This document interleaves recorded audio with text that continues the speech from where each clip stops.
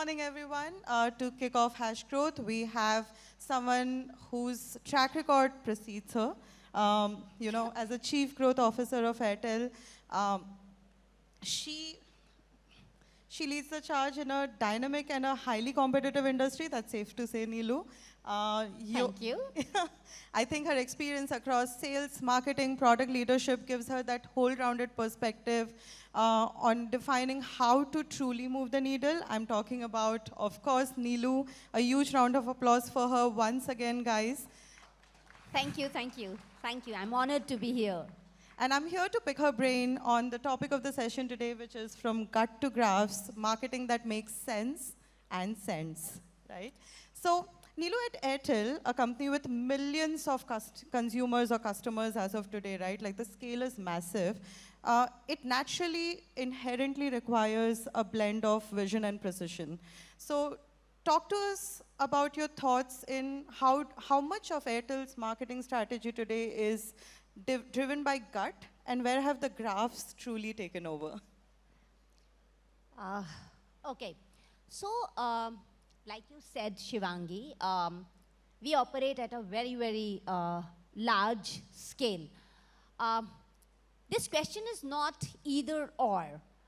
I think at Airtel, we need both. We need vision to anticipate what's coming next, and precision to act on it effectively. So I will say we'll need both. And I just believe there is a lot of place for intuition to understand customer context, their emotions. And you all would agree with me, the instinct, sometimes that instinct is where most breakthrough innovations begin. However, what has dramatically changed over a period of time? How do we validate and scale these ideas, right? You may have a breakthrough ideas, but what is going to be the scale is something where you need numbers and data and graphs. So, in nutshell, gut to ask the question and graphs to answer them. So, gut gives the hypothesis and graphs the truth, the real truth. That's how I will sum it up, Shivangi. Well said. I think it's a mix of both, and you cannot ignore one over the other. I want to talk about Airtel's launch of its industry-first anti-spam tool.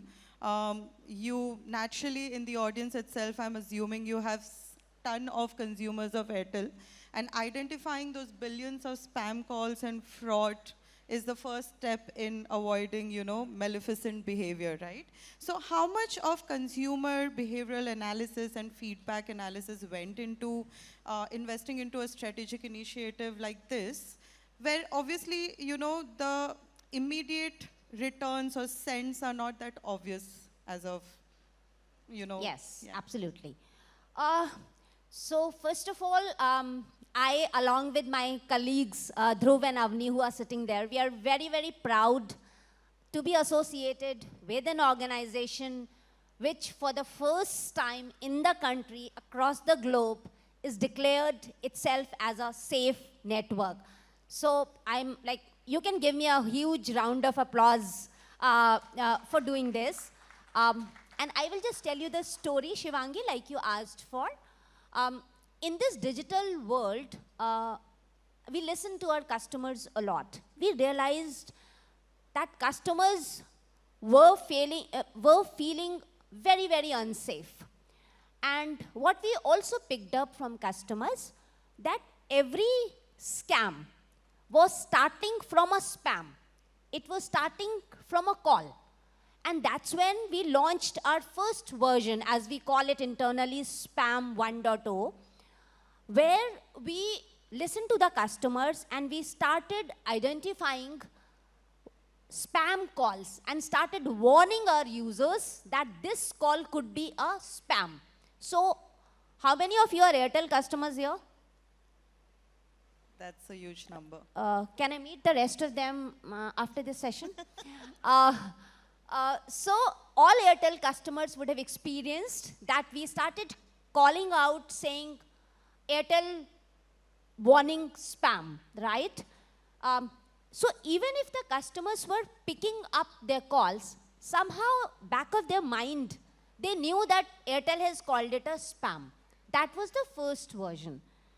The second version that we have recently launched, we realized that all frauds, most frauds or most scams, they happen through a link.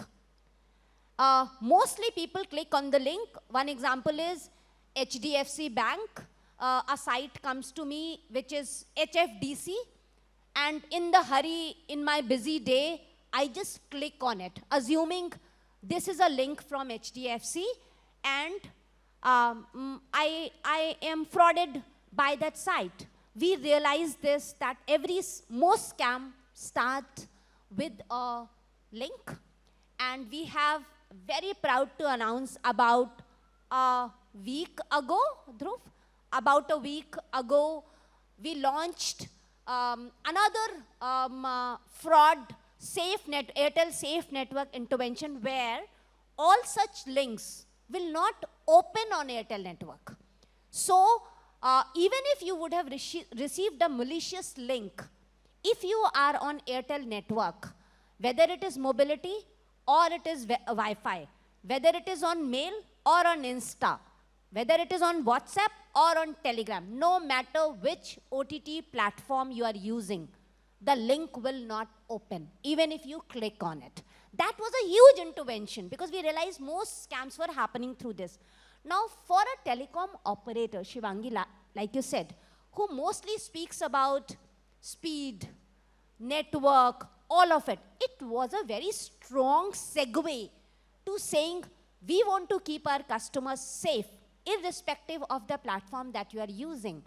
So yeah, listening to customers, validating with data and graphs, and here we are, India's only safe network that you can experience. It's a dramatic shift, right? Like you said, and I have been a user of Airtel for 2 decades easily. You're a good girl. And I feel like I'm part of a safe network. Every time I get a call where Airtel says it's Airtel spam, I feel so content in not even, receiving that call. Thank you, Shivangi. So thank you. Thank you for launching that. And to that effect, are there any other strategic initiatives where Airtel is prioritizing customer trust and value over those immediate gains? So we are a very, very CapEx-centric industry, as you would all know, 5G network. Whatever we do, the investments are at a very, very large level, and nothing comes next day. It's not that we invest today and tomorrow we start seeing the bucks for what we have. ROI will start coming in from tomorrow. However, customer experience is a lead indicator for us. If customer experience is improving, if they are happy on our network, we know everything else will follow. So we are investing a lot more in network. We are creating a very powerful digital app. It's called Thanks app. We have our own bank. It's the safest bank, Airtel Payment Bank. We have pivoted to financial services. I don't know how many of you know, but Airtel has pivoted to financial services. So our endeavor is to provide all services to the customers while giving them a very, very safe network to operate with. Yeah. And it all starts with that ethos of keeping customer at the center. We believe in the same strategy, right? Like we even went through a design change of our logo to keep that O at the center, which is the customer at the center. So ethos are very important.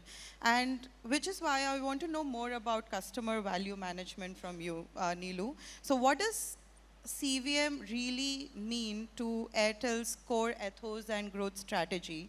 Especially when you're trying to strike that balance between, both gut and graphs in defining and executing these CVM initiatives.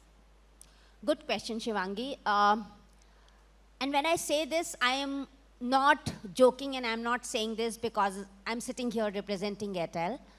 Um, the ethos of CVM at Airtel is solving customer problems through deep data insights. And let me pick it up, not that we are there. I'm not saying हमने बना लिया है, offer कर रहे हैं. I'm just telling you what is the ethos we have. So the ethos is, if I'm able to solve somebody's problem, let me elaborate this with an example. Somebody is shifting a house. We know this person will need Wi-Fi. If we are able to predict that, if we are able to provide that in the new house before the customer moves in, I think that is CVM for us. You are traveling abroad. You might need a IR pack. If I'm able to predict that this is the country you're traveling, this is what you would exactly need. If I'm able to do that, that is CVM for us. And in addition to this, see what happens today. And like I said, we are not there yet, but I can just share the philosophy with which we are working on. We want to make it very, very seamless and omni-channel for our customers. What does it mean? It means you call my call center, you raise a problem. You go to my store will know, sir, ma'am, you called my call center, this was your issue. Has it been resolved? When you come to my thanks app, I should be able to tell you that, you know what, this is what you were trying to look for. Did you get it?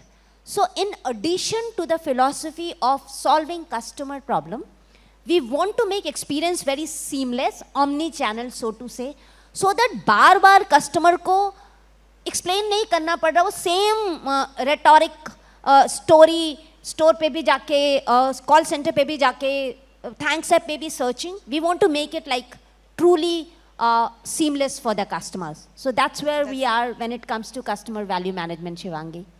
Well said, Neelu. And you know, you seem to be talking a lot about driving innovation that truly delivers for your consumers. At the same time, given the massive scale you're sitting on the top of, the most innovative thing to integrate in today's world is AI. If you ignore it, you're left behind. And you just cannot live without it, right? So what role, or let me put it that way, how is Airtel leveraging AI to drive some of its growth initiatives, especially to monetize those most tangible cents? Say, adoption of 5G for that matter, right? So how are you going about it? So to start with, and we are big on AI. Like, we really are making full use of AI. You have already seen we launching spam, anti-spam network. So we are making good use of AI.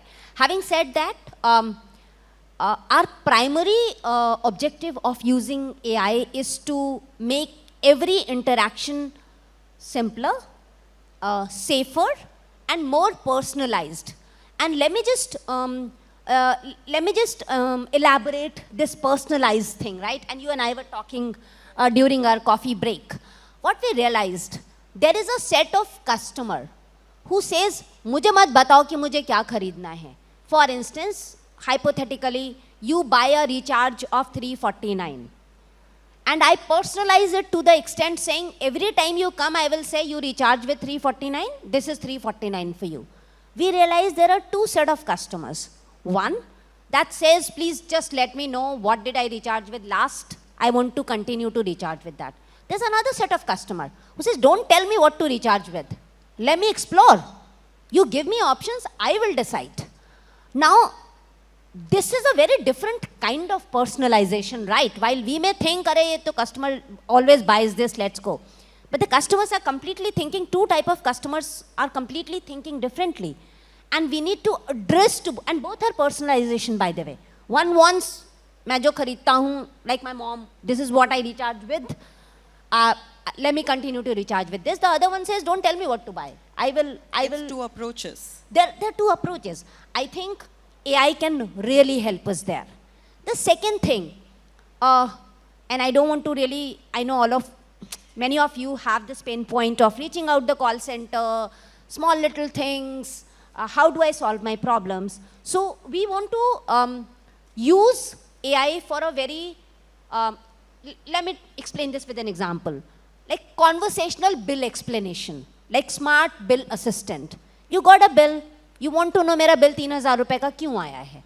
Somebody should be able to just tell you the breakup correctly, saying, sir, this is what happened, this is where you went, then this was the call you made, then this was your IR pack. Very conversational in manner, very real time. When you got the problem, you pick up the phone, you call, your bill is explained to you. That's the second thing that I think we are trying to do, making our customers' lives simpler through this. The next one is, again, we were talking about it when we were sitting before this, was talking to you in the language that you understand the most. And we were talking, Northeast itself has 7 sisters, right? And those 7 sisters have 7 different languages. So, like you were saying, Bharat within Bharat, Yes. when we were talking, we really wanted to become personalized and explain these conversational things in the language that you understand the most. And while we do all of it, while we use AI, while we do all of it, you know what? We don't want to lose our human touch. We want to keep that intact. And that's where I'll leave you, Shivangi. Again, Neelu, like, the right way to approach this is all I heard today about from you, right? But when you talk about experimentation with AI or without AI, I think a large part of your role is also experimenting and driving change within the Yes. org, right? So if for all the product leaders, growth managers, entrepreneurs in the audience today, if you were to give one most crucial executive level lesson that you have learned, especially in driving transformation at a massive scale and the size of the organization that Airtel is, what would that be? Unfortunately, I don't have one, and I hope I can take Absolutely, the yeah. privilege of sharing a couple of them. And All ears. these are solely my thoughts. My first advice will be listen to your customer. I mean, like literally listen to them. Go to store, sit, listen to your customers. Go to call center, listen to your customer. Nothing can beat listening to your own customer. The second thing I would say is work in cross-functional teams. Work with people who don't report to you. Get the job done through the people who don't report to you. And if I may take some time to explain, and we talk about it a lot at Airtel, is you are working, there are 3 kinds of jobs. You design and you execute. That's one level of job. Second is you design and somebody else executes. Second level of job. Third, you neither design nor execute. You just influence. That's another level of job. Segregate these and work on it. Airtel as an organization, as we call it, it's a very hustling organization. Hustling का एक बुरा word भी है, paranoia. I would like to use the word hustle. We are always hustling. Always. You come to our floor, any of our offices, there's hustle across. The other thing about Airtel is we dream big. We don't stop at anything that is mediocre or that is small. The second last thing about Airtel is we don't work on or. We don't say we save cost or we make revenue. We drive growth or we save cost. Well, we do both. We don't have or. We always have and. And last, which is my personal mantra, make your workplace a happy place.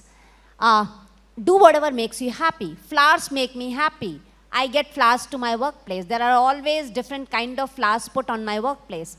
A good cup of coffee makes me happy. I get my coffee from home. I have it with my team member, my colleagues, my boss. I have some friends. So make workplace your happy place. Don't think अभी काम पे जा रहे हैं वापस आके बड़े मजे करेंगे. If you start enjoying your workplace, everything else will just follow. Yeah. Shivangi? Thank you, Neelu. I think that was a great way to put it. But I'm not letting you off the hook just as yet. We'll have a small rapid fire before. This is what I was dreading. Huh? No, but I think it'll be fun. So let me just put a few fast questions at you. And what is the first thing that comes to your mind? You know rapid fire, right? So you have to just say it, right? So